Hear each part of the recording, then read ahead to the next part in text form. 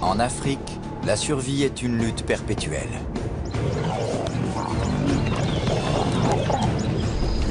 Les prédateurs sont dotés d'armes terriblement efficaces. Mais elles ne garantissent pas toujours l'issue d'un combat. Parfois, c'est une question de chance.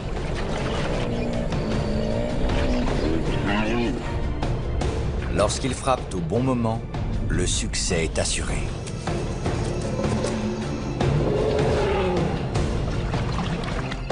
Mais les proies ne se laissent pas toujours tuer sans livrer bataille.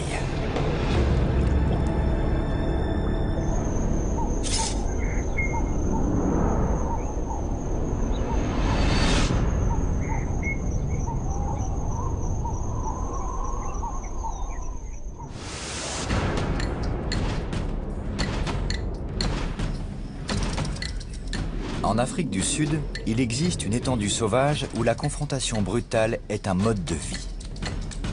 Un univers sec et brûlant à la végétation épineuse. Le parc national Kruger.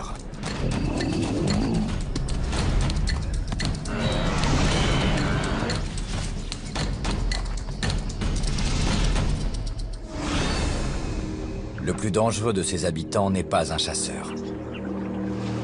C'est un redoutable herbivore. L'hippopotame est le roi des rivières et des trous d'eau.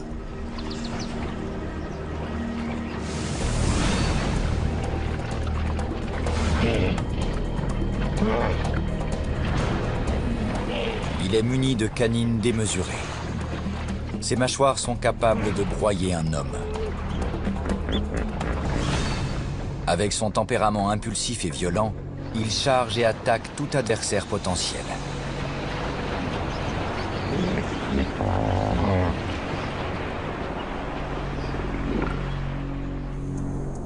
Le soleil torride brûle sa peau délicate, dépourvue de poils.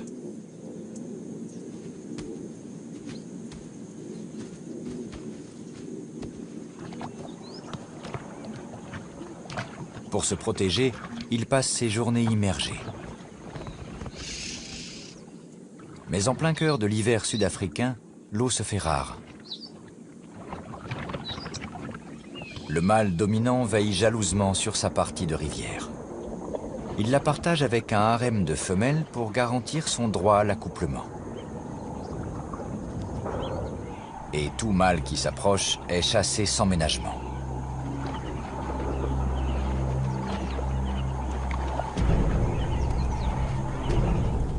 Ce rival veut conquérir le territoire du mâle dominant.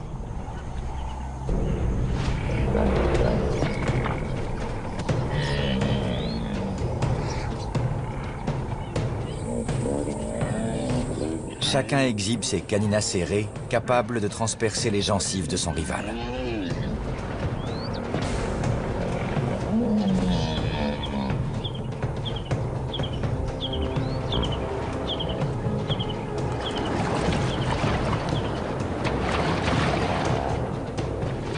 Le duel ne s'arrête qu'avec l'abandon d'un des combattants.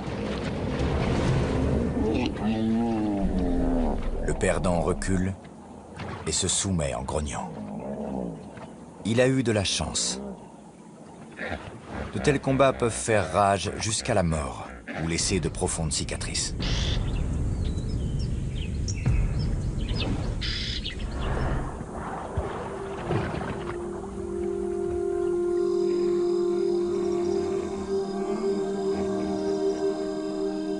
Le coucher du soleil annonce l'heure du repas.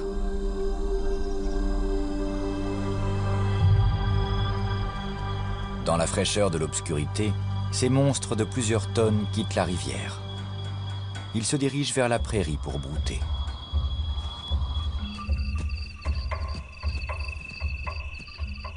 Ils n'ont rien à craindre.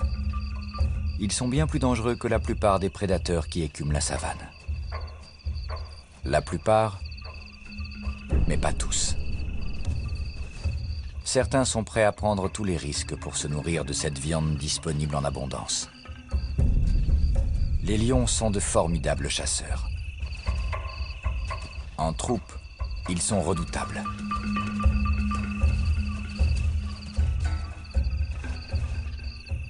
16 lionnes encerclent ce mâle.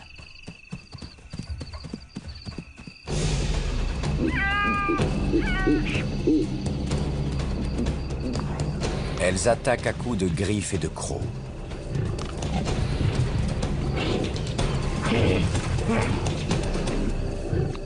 Mais les mâchoires de l'hippopotame peuvent leur broyer le crâne.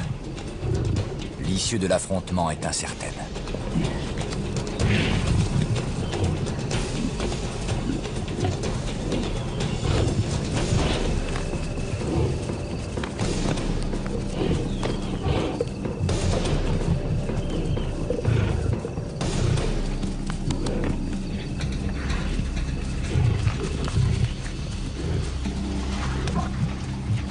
Cette fois, c'est l'herbivore qui a remporté le combat.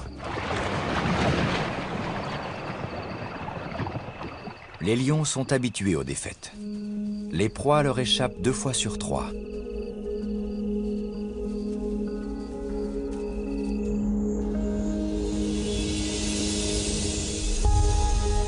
Le jour se lève, avec de nouvelles opportunités pour les prédateurs.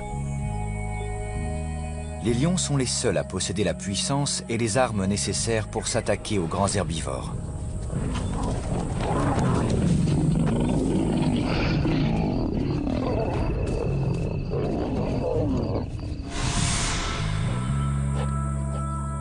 Des crocs capables de transpercer un pneu. Des griffes rétractiles, telles de véritables couteaux à cran d'arrêt. Elles lacèrent profondément les chairs de leurs victimes. Et un squelette léger, doublé d'une masse musculaire d'une puissance extraordinaire. Une troupe peut compter jusqu'à 20 individus.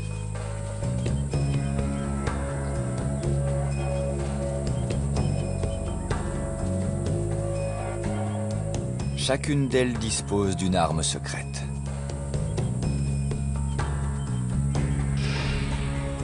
Un mâle adulte. Il pèse environ 200 kg et peut clouer au sol n'importe quelle proie.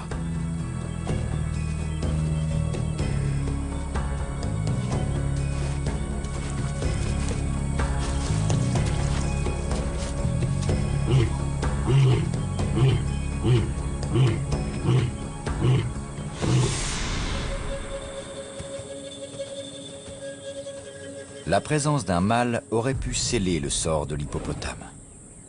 Mais on ne peut pas toujours compter sur son aide. Malgré leur force, les lions laissent le plus gros du travail aux femelles.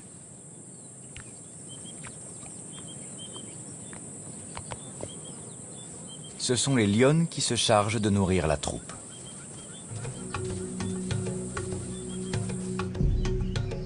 Elles ont justement repéré une autre cible difficile. Une girafe adulte.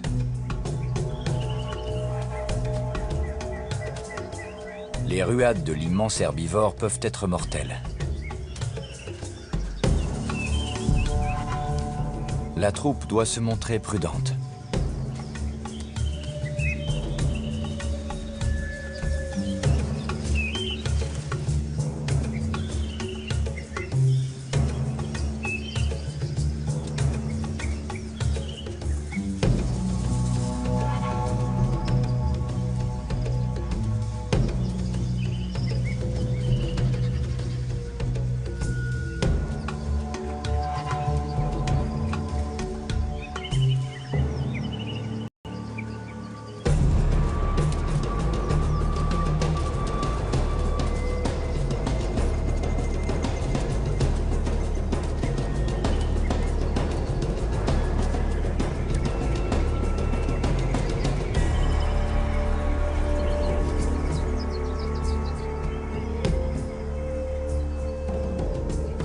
La girafe est cernée.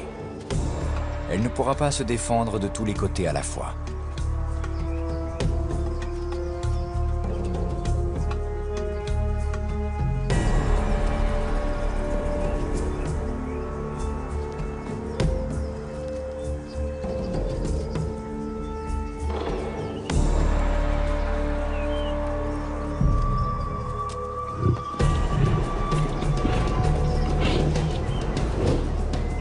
Chacune de ces attaques peut être fatale, mais les lionnes sont prêtes à tout.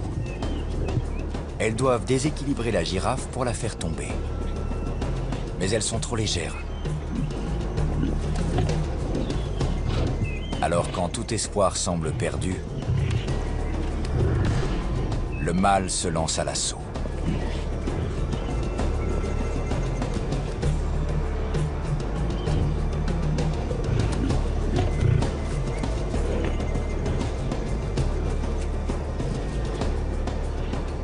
Le poids du lion finira par renverser la girafe. Ces combats titanesques n'ont pas seulement lieu sur Terre. La lutte pour la survie a commencé dans les profondeurs de la mer. C'est là que les êtres vivants ont appris à tuer. La côte est de l'Afrique est baignée par les eaux les plus chaudes du globe, celles de l'océan Indien.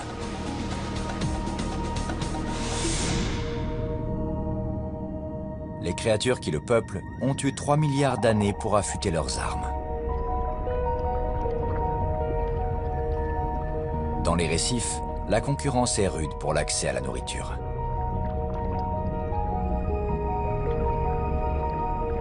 Ici, les proies peuvent échapper aux attaques.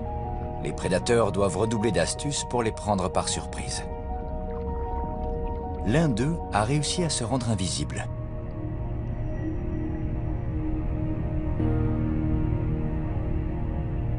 Ce rocher couvert d'algues est en réalité un poisson-pierre. Ce maître dans l'art du camouflage est extrêmement venimeux. Ses 13 épines dorsales délivrent un puissant venin, une neurotoxine qui inflige une douleur intense et peut paralyser un homme.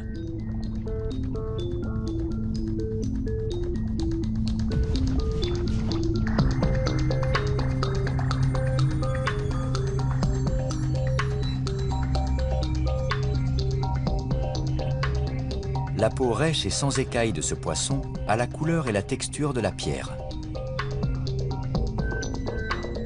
Elle sécrète un mucus qui stimule la croissance des algues.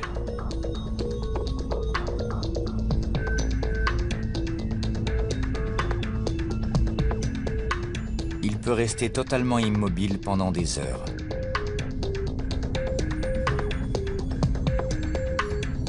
Un banc de poissons de verre est aussi en train de chasser. Il n'a pas détecté le tueur.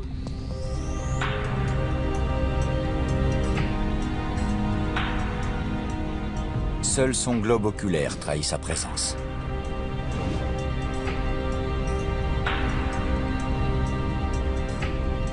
Les petits poissons passent en méfiance à quelques centimètres de ses mâchoires.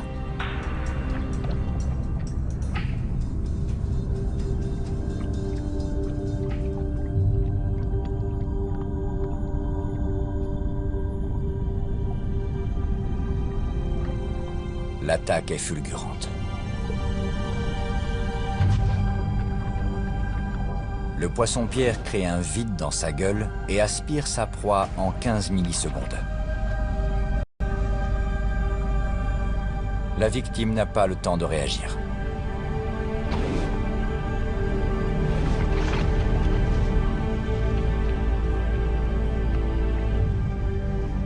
Immédiatement, le chasseur reprend la pose.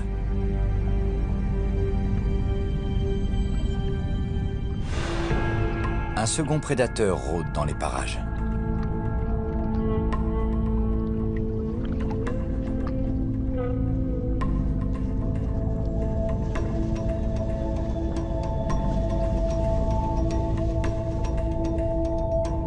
C'est une murène.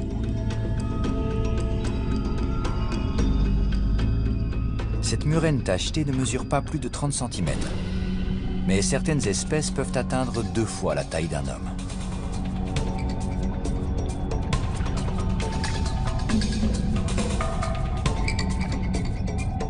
Leur bouche sécrète des toxines. Une simple morsure peut entraîner une septicémie.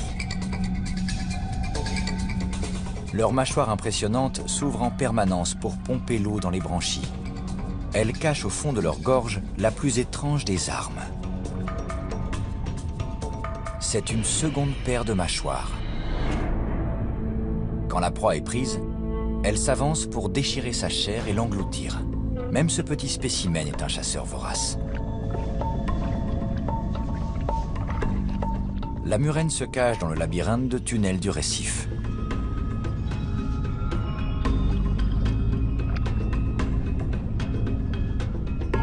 Elle laisse sa tête se balancer au gré du courant à la manière d'une algue. Les poissons se laissent à nouveau berner.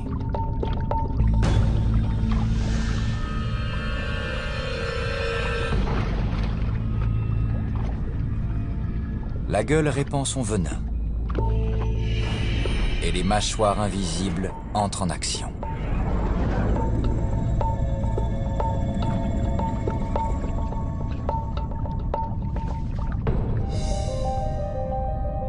Le récif est un habitat riche et varié.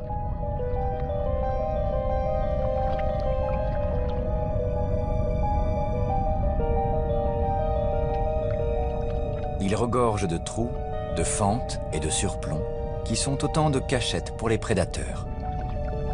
Mais l'un de ses habitants a un déguisement si extraordinaire qu'il passe inaperçu même à découvert. La pieuvre commune est astucieuse et habile. En un éclair, elle change de forme et de couleur pour disparaître dans le récif. Sa peau contient des cellules pigmentées qui se dilatent et se contractent à volonté. De tous les animaux capables de changer de couleur, c'est le plus rapide. Son cerveau très développé coordonne ses éléments de camouflage.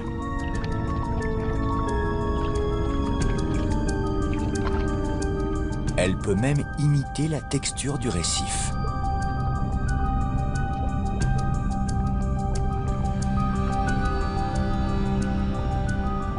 Ses 8 bras portent des milliers de ventouses sensibles équipées de papilles gustatives.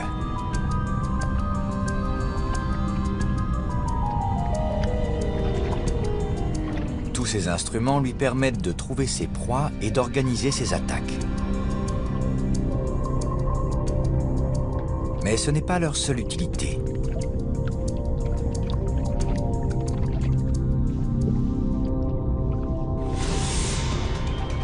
Ils aident aussi ces tentacules musclés à immobiliser la proie.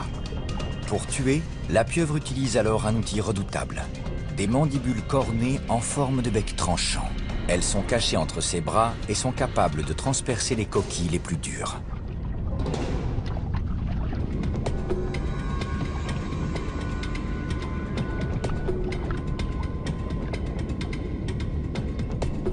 Les armes de la pieuvre sont aussi des moyens de défense.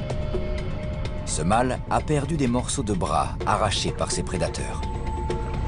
Mais son camouflage le protège efficacement. En dernier recours, il dispose d'un autre artifice. Un jet d'encre qui aveugle le prédateur et lui laisse le temps de prendre la fuite. Il a échappé à un ennemi, mais tombe dans le repère d'un autre. Ce récif est le territoire d'une autre pieuvre, un grand mâle.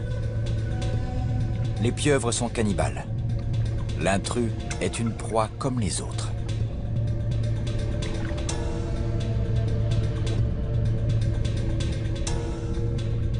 Dans ce type d'affrontement, la taille est un élément décisif.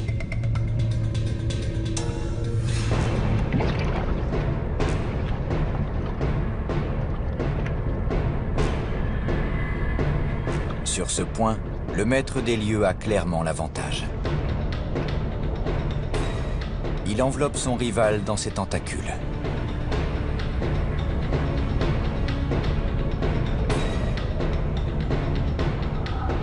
Sa victime est immobilisée et son terrible bec la déchire.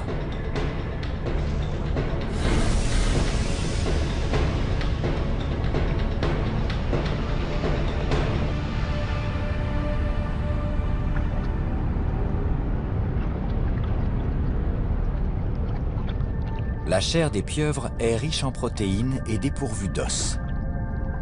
C'est un mets de choix pour des centaines de prédateurs marins.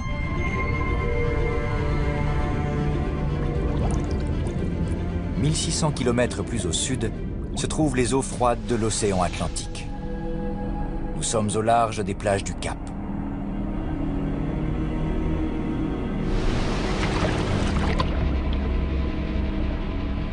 Les immenses champs de laminaires sont un fabuleux terrain de chasse pour les céphalopodes.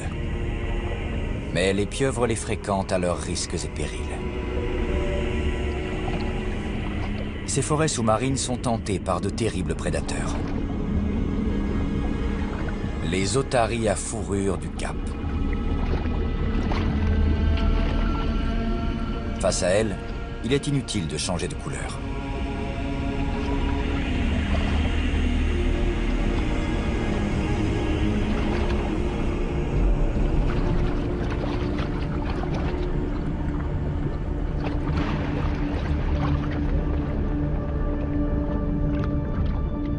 Ces mammifères marins ne voient qu'en noir et blanc.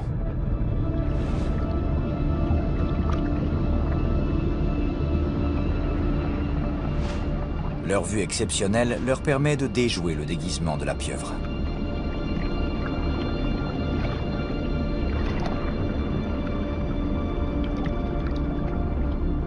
Elles l'ont repéré.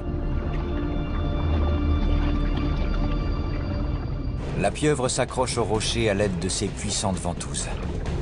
C'est sa seule chance d'en réchapper.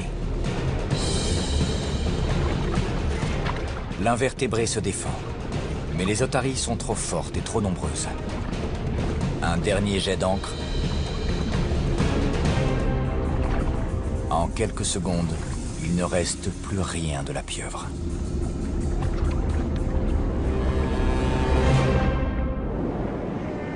Une fois la chasse terminée, les tueuses doivent refaire surface. Les otaries n'ont en effet pas de branchies pour respirer sous l'eau.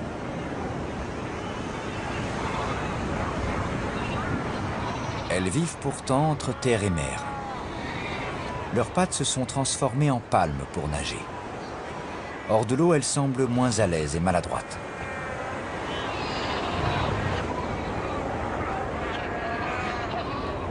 Les otaries doivent cependant se reproduire et élever leurs petits sur la terre ferme. À la saison des amours, elles sont jusqu'à 750 rassemblées sur Seal Island, l'île aux otaries.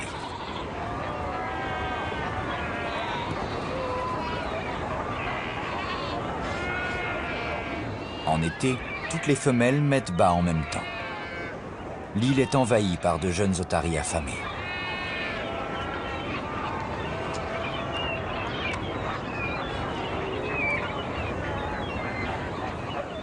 Les femelles partent en mer pour se nourrir et avoir du lait. Leurs petits restent alors plusieurs jours sans nourriture. Elles doivent trouver des proies en un temps record. Elles font souvent jusqu'à 100 km pour trouver du poisson. La forêt de laminaires est un excellent point de départ.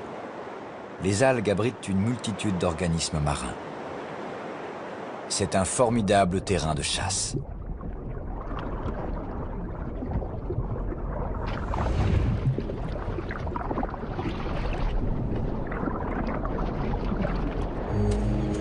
D'autres prédateurs partagent ce point de vue.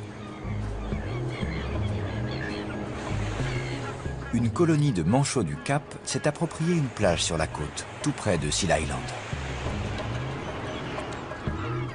Ils se dirigent également vers la forêt de laminaires pour pêcher.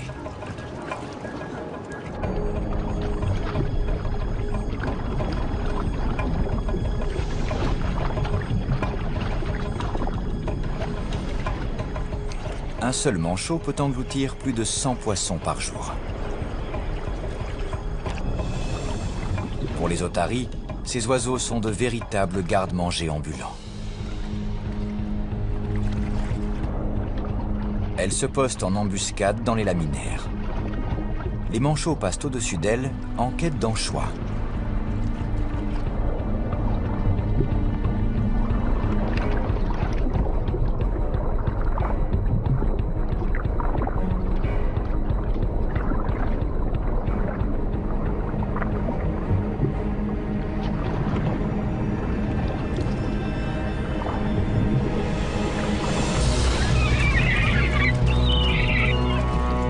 Otari a attrapé sa proie et ne la lâchera plus. Mais ses puissantes mâchoires ne peuvent pas mâcher. Pour tailler le manchot en pièces, elle le secoue violemment. Le corps de l'oiseau se déchire et les poissons contenus dans son ventre sont immédiatement avalés. Le manchot en lui-même n'intéresse pas les otaries. Sa carcasse déchiquetée est abandonnée aux goélands.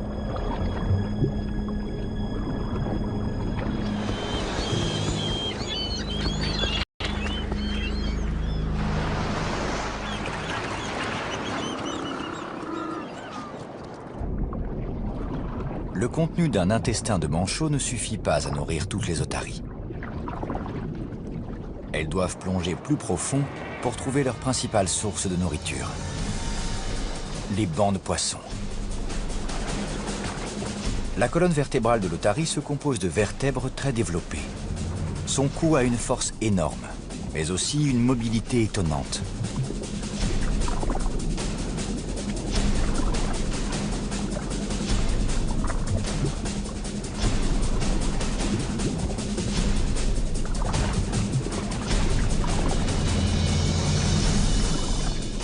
Il est si souple qu'il peut se tordre dans tous les sens pour suivre les brusques revirements des bancs de poissons. À la fin de la chasse, les mères se dépêchent de rentrer pour nourrir leurs petits. Mais le voyage de retour est stoppé. Des super prédateurs sillonnent les eaux qui entourent Seal Island.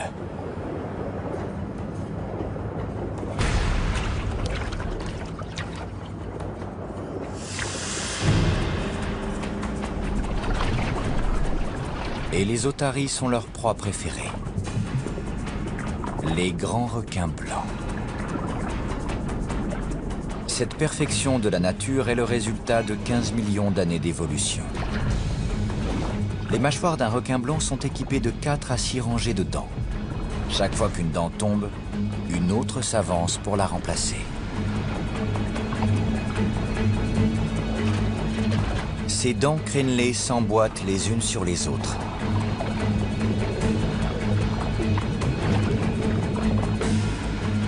En secouant la tête, le requin peut ainsi trancher des membres entiers du corps de ses proies.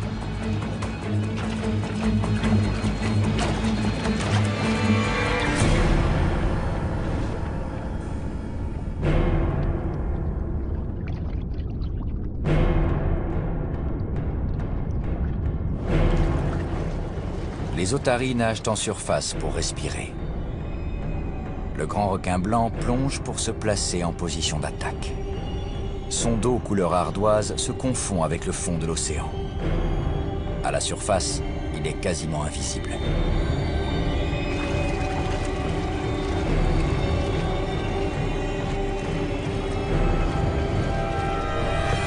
C'est raté. Et l'attaque a donné l'alerte.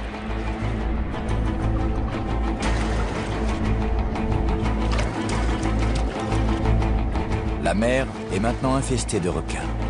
Ils attaquent de tous les côtés.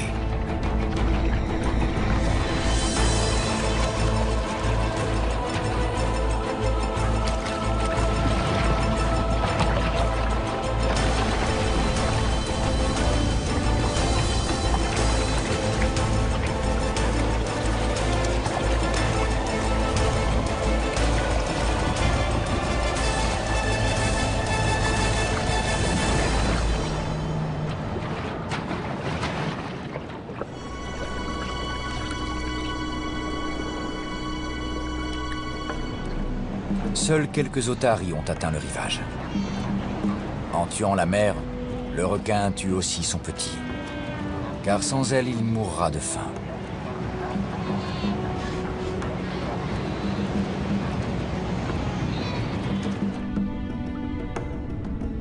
Mais les géants ne sont pas les seuls à posséder de redoutables atouts. Sur le continent, de plus petits animaux disposent d'armes tout aussi terribles. Voici les forêts chaudes et humides de la côte du Mozambique.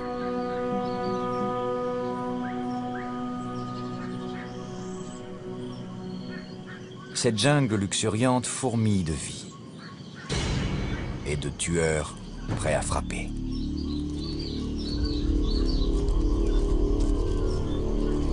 Ce serpent est considéré comme le plus dangereux d'Afrique. Il se déplace très lentement, mais son attaque est l'une des plus rapides au monde. C'est la vipère heurtante. Sa stratégie repose sur le camouflage.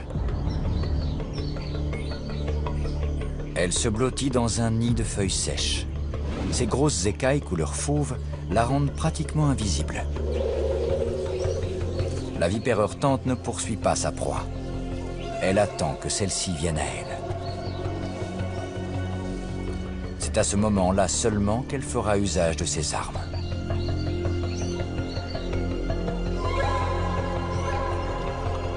Des crochets venimeux de près de 2 cm de long.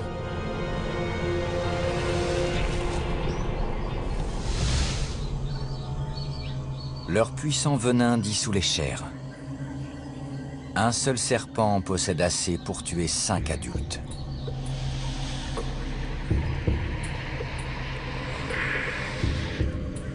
Son corps puissant s'enroule comme un ressort.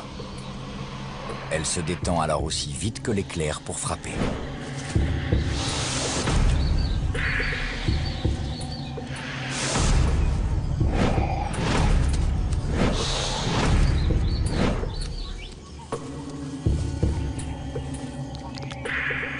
Comme tous les serpents, la vipère heurtante mue plusieurs fois au cours de sa vie.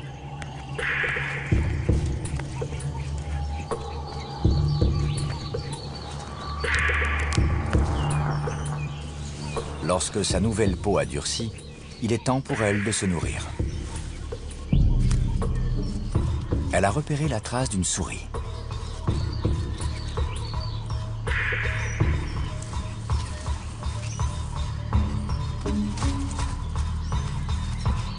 La vipère darde sa langue. Elle analyse ainsi le sol et l'air pour suivre sa proie.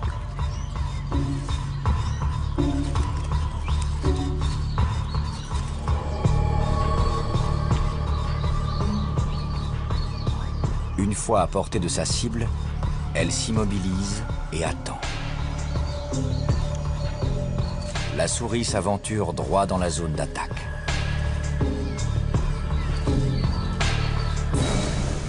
La frappe n'a duré qu'une fraction de seconde.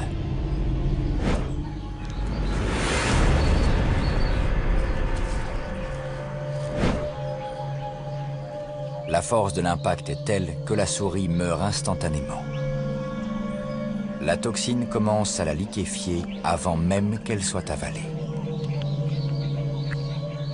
Le serpent enfonce sa victime dans sa gorge à l'aide de ses crochets recourbés.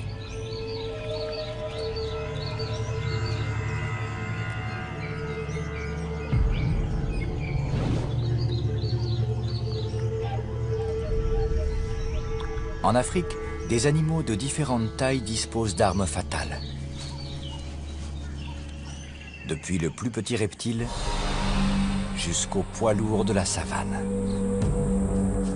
L'atout du plus grand animal terrestre, c'est justement sa taille. L'éléphant africain pèse plusieurs tonnes et il accélère son allure quand il charge.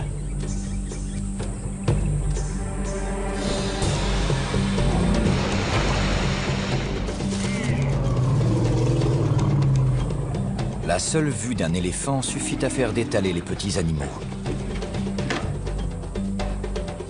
Et même le roi des prédateurs se dérobe devant ce géant.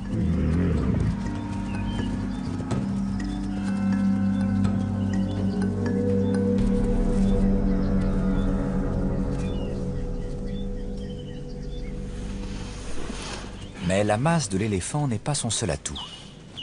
Ses défenses pèsent chacune plus de 40 kilos. Elles lui servent à se nourrir et à se battre.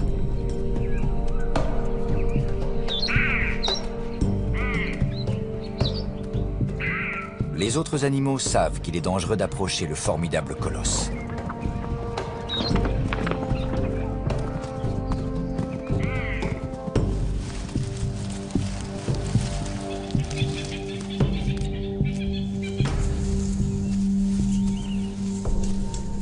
ce rhinocéros semble vouloir tenter le diable. Le jeune éléphant mâle a clairement envie d'être seul.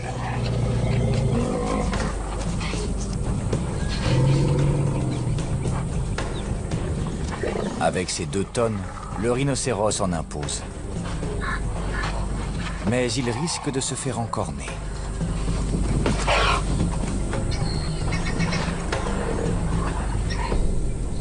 La lutte n'est pas loyale. Le plus grand l'emporte aisément.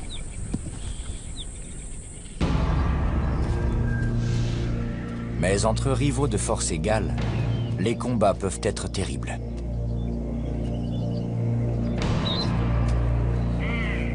Les mâles se battent pour avoir le droit de s'accoupler. Le niveau d'agressivité monte encore lorsque l'éléphant est en période de sécrétion hormonale appelée must. Il déborde alors de testostérone. Ses glandes temporales gonflent. Un liquide à l'odeur très forte, aussi pâteux que du goudron, s'écoule de ses tempes. Les glandes enflées lui causent une douleur insupportable. Il entre alors dans un état de grande agressivité. Un mâle en must est bien plus enclin à charger.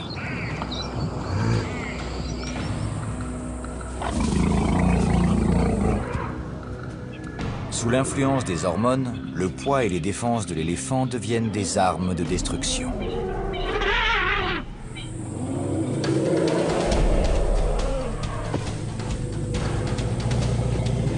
Deux masses de 6 tonnes foncent tête contre tête. Le choc est terrible.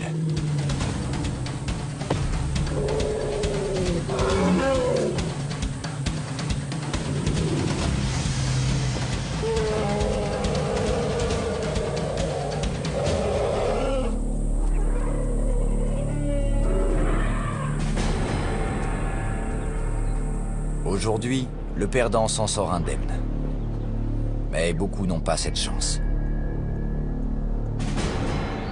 La force brute et le venin ne sont que des armes parmi d'autres.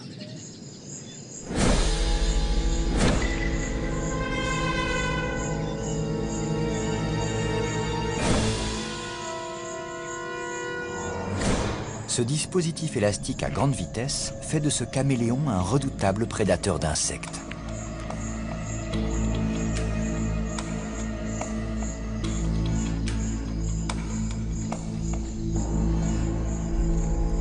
La langue collante est catapultée vers la proie.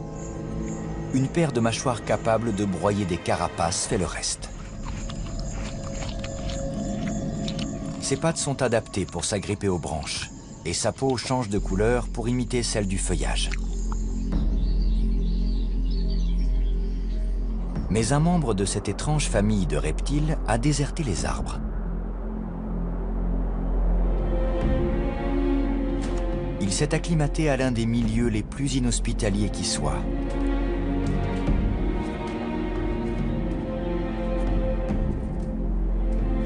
Le désert du Namib.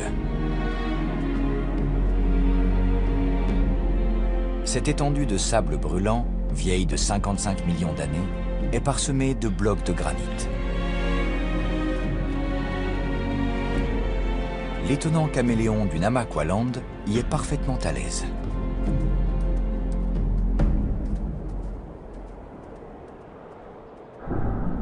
Sa peau change de couleur en fonction de la température.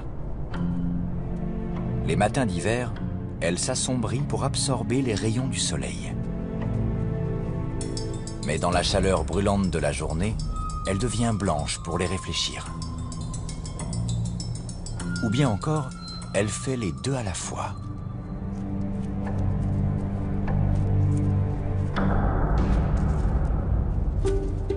Cet habitant du désert ne souffre pas de la canicule. Le scarabée, ou toktoki, est le mets favori du caméléon.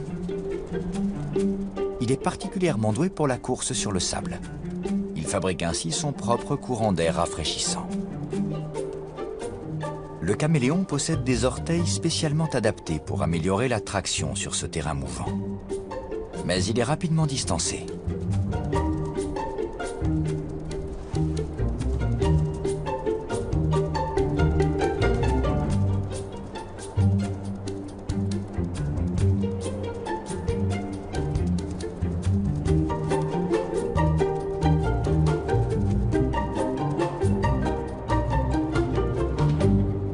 Mis en échec, le caméléon change de tactique.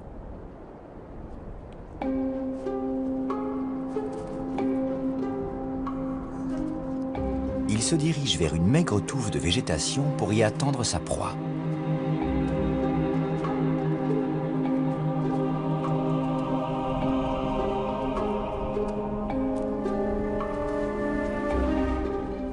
Il adapte sa couleur à celle de son environnement et s'arme de patience. Tôt ou tard, un toc-toki passera par ici.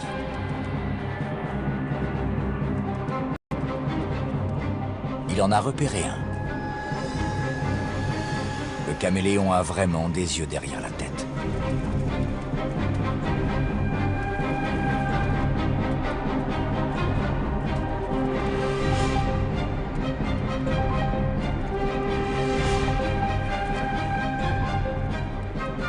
Après une courte poursuite, la terrible langue surgit.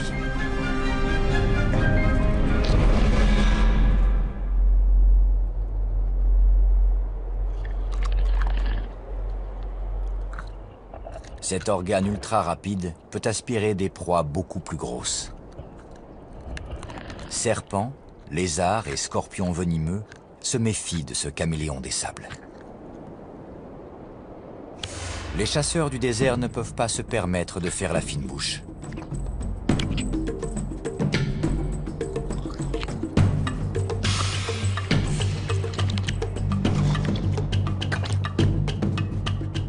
Il leur arrive même de se dévorer entre eux. Ici, les proies sont assez rares. Un jeune caméléon est une source de protéines comme les autres.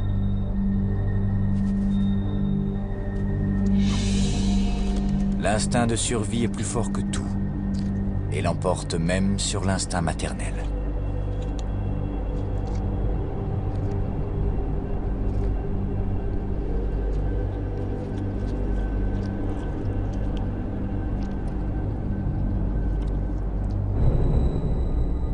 À la nuit tombée, un tueur sort de sa cachette. Il possède une arme capable d'éliminer une victime pesant 6000 fois son poids. Le venin du scorpion noir sud-africain peut tuer un être humain. Le jour, il fuit la chaleur dans les anfractuosités rocheuses. Il en émerge au crépuscule pour se nourrir. La plupart des scorpions se postent en embuscade, mais pas celui-ci. Il piste ses proies. Les scorpions sont dotés d'une multitude de sens extraordinaires. Leurs 8 yeux distinguent à peine le jour de la nuit. Ils ne perçoivent le monde qu'à travers le toucher. Des appendices sensoriels appelés peignes pendent sous leur abdomen. Ils palpent le sol en permanence.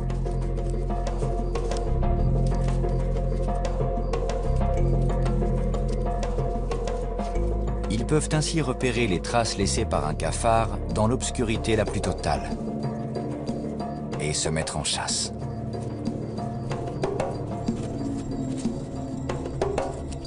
Quand l'insecte est à leur portée, des poils extrêmement sensibles leur permettent de détecter les moindres vibrations de l'air. Ils ressentent littéralement les mouvements de la proie.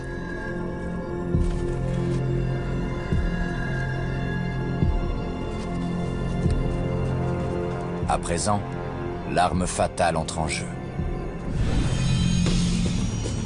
Un aiguillon mortel relié à 2 sacs contenant un puissant venin neurotoxique.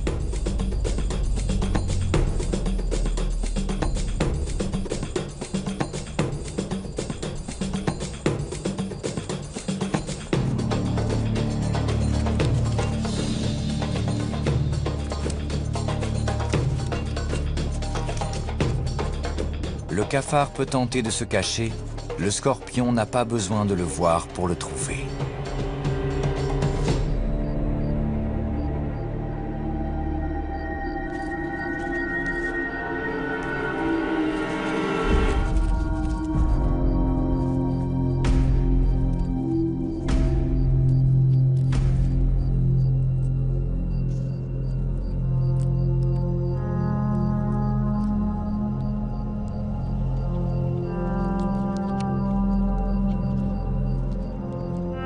Le chasseur a saisi le cafard dans ses pinces.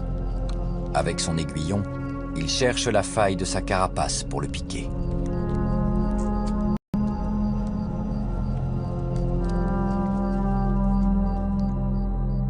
Le venin commence à liquéfier l'insecte.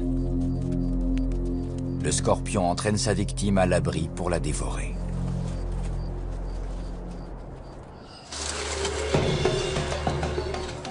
Sur le continent africain, la survie est parfois une question de chance. Proies et prédateurs possèdent des atouts remarquables. Mais rien n'est jamais acquis. Ni la vie, ni la nourriture.